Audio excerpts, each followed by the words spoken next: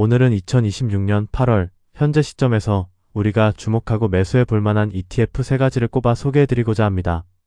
오늘 살펴볼 3가지 ETF는 각각 독특한 전략과 투자 포인트를 가지고 있으니 끝까지 시청하시면서 여러분의 포트폴리오에 어떻게 활용할 수 있을지 함께 고민해 보셨으면 좋겠습니다.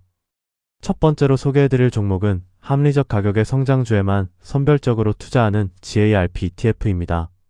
이 ETF는 단순히 성장률만 높은 종목을 무작정 담는 것이 아니라 밸류에이션이 합리적이면서 동시에 재무 건전성까지 우수한 미국의 대형 및 중형 성장주를 선별해 투자하는 상품입니다.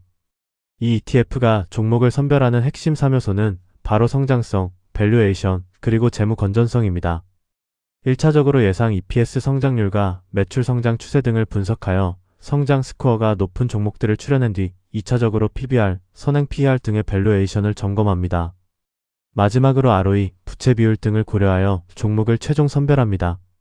이렇게 엄격한 3단계 스크리닝과 분기별 리밸런싱을 거치기 때문에 성장과 가치, 품질이라는 3가지 기준을 지속적으로 충족하는 탄탄한 포트폴리오를 유지할 수 있습니다. 실제 포트폴리오의 구성 종목을 보면 마이크로소프트가 5.37%, 애플이 4.71%로 가장 큰 비중을 차지하고 있으며 이어서 마이크론, 엔비디아, 브로드컴, KLA 등 대형 기술주와 반도체 관련주들이 골고루 포진해 있습니다. 비자나 일라이릴리 같은 결제 및 헬스케어 기업들도 상위권에 포함되어 있어 단순히 시가총액의 비례에 담는 것이 아니라 퀄리티 점수가 우수한 기업들에 적극적으로 자금을 배분하고 있음을 알 수 있습니다.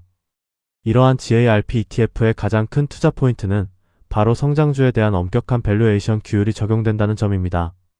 나스닥 100이나 순수 성장 ETF들이 단순히 시가총액이 크다는 이유로 과도한 비중을 두는 것과 달리 이 상품은 동종 업계 대비 지나치게 비싸거나 재무가 부실하면 과감히 비중을 축소합니다.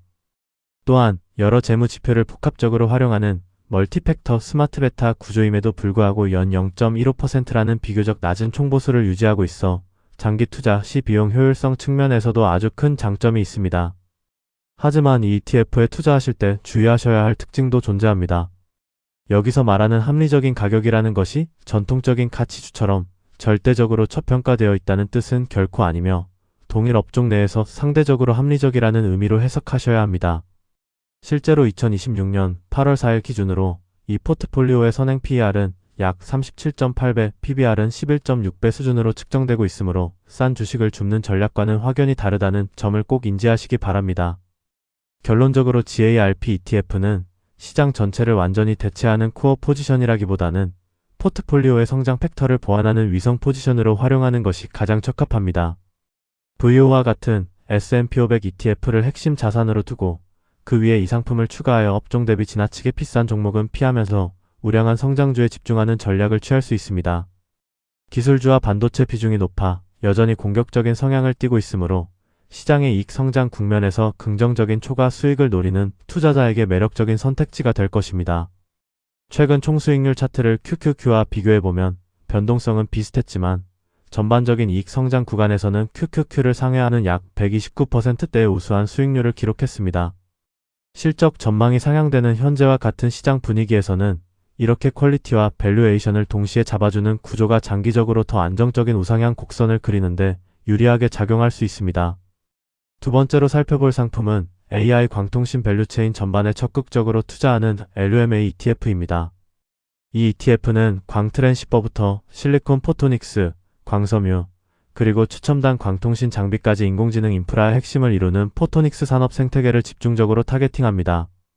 특히 특정 벤치마크 지수를 기계적으로 복제하는 패시브 방식이 아니라 운용사가 직접 기업의 사업 구조와 기술 경쟁력을 심층적으로 분석하여 비중을 결정하는 액티브 ETF라는 점이 가장 두드러진 특징입니다. LUMA가 집중적으로 편입하는 기업들은 크게 4가지 핵심 영역으로 구분 지을 수 있습니다.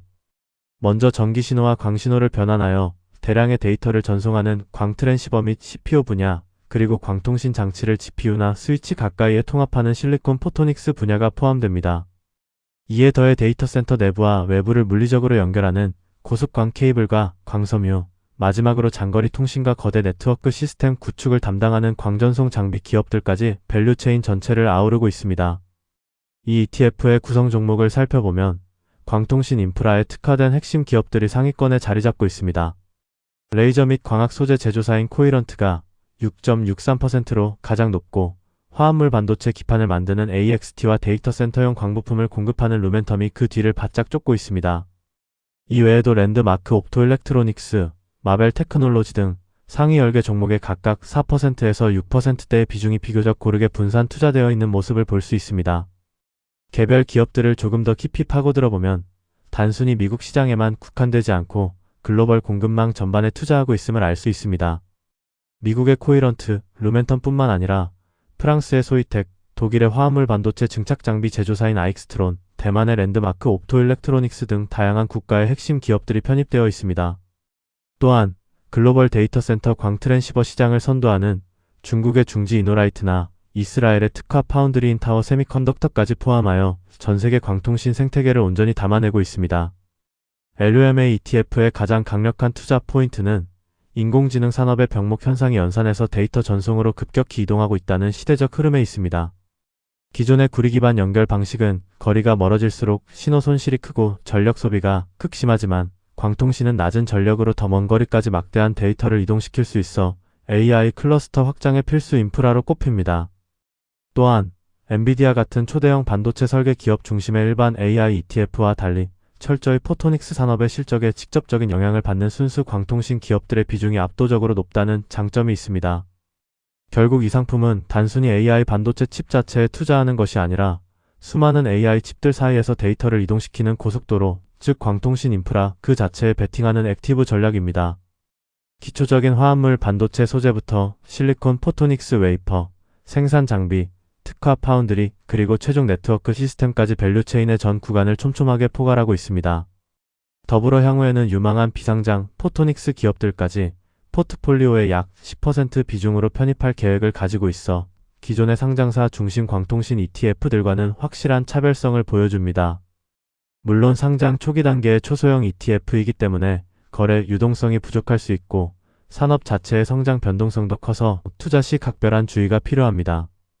또한 최근 광통신 산업 전반에 큰 파장을 일으키고 있는 지정학적 규제 이슈도 반드시 고려해야 합니다. 현재 미국 FCC가 데이터 센터에 사용되는 중국산 신형 광트랜시버 모델의 수입을 금지하는 방안을 검토 중이라는 보도가 있었는데 이는 아직 확정된 규제는 아니지만 향후 포트폴리오 내 종목들의 희비가 엇갈릴 수 있는 중요한 변수입니다. 만약 이 규제가 현실화된다면 코이런트나 루멘텀 같은 미국 공급 업체들은 반사이익을 얻을 수 있겠지만 중지 이노라이트처럼 미국 시장 접근이 제한되는 중국 기업들에게는 치명적인 악재로 작용할 수 있습니다. 마지막 세 번째로 소개해드릴 상품은 조금 시야를 넓혀 글로벌 분산 투자의 핵심이 될 수 있는 IDMO ETF입니다. 이 상품은 미국 주식을 포트폴리오에서 완전히 배제하고 그 외에 선진국 증시에서 최근 1년간 위험 대비 주가 상승세가 가장 강력했던 상위 20%의 주도주만을 선별하여 투자하는 독특한 컨셉을 가지고 있습니다. 굳이 개별 국가나 업종의 전망을 분석하지 않더라도 시스템에 의해 주도주가 자동으로 교체되기 때문에 안정적이면서도 추세적인 상승 흐름에 올라타고자 하는 분들에게 매력적인 대안이 됩니다. 현재 구성 종목들을 살펴보면 상위 3종목을 제외하고는 대부분 3% 미만의 비중으로 쏠림없이 분산 투자되어 있습니다. 특히 사업 내용을 보면 미국 중심의 빅테크 기업들과는 전혀 다른 산업군이 포진해 있는 것을 확인할 수 있습니다. 영국의 글로벌 금융사인 HSBC 홀딩스가 4.84%로 가장 높은 비중을 차지하고 있으며 스페인의 방코 산탄데르, 캐나다의 토론토 도미니언 은행 등 글로벌 대형 은행주들이 상위권을 휩쓸고 있습니다. 또한 항공기 엔진과 방산 시스템을 만드는 롤스로이스, 일본의 반도체 검사 장비 기업인 어드반테스트, 독일의 지멘스 에너지 등 굵직한 산업재와 인프라 기업들도 담겨 있습니다. 결과적으로 IDMO ETF는 현재 나스닥 100이나 S&P 500 등 미국 기술주에 지나치게 편중되어 있는 투자자분들에게 가장 이상적인 지역 분산 및 업종 보완 수단이 될 수 있습니다. 국가와 업종을 투자자가 직접 선택하는 번거로움 없이 시장의 주도주를 자동으로 선별해주며 연 0.25%라는 스마트 베타 팩터 ETF치고는 꽤 합리적인 총보수를 책정하고 있어 장기 투자에도 큰 무리가 없습니다. 따라서 IDMO는 미국 중심 편중을 줄이고 금융, 산업재 등 다른 업종 비중을 확대하고 싶은 투자자에게 가장 적합합니다.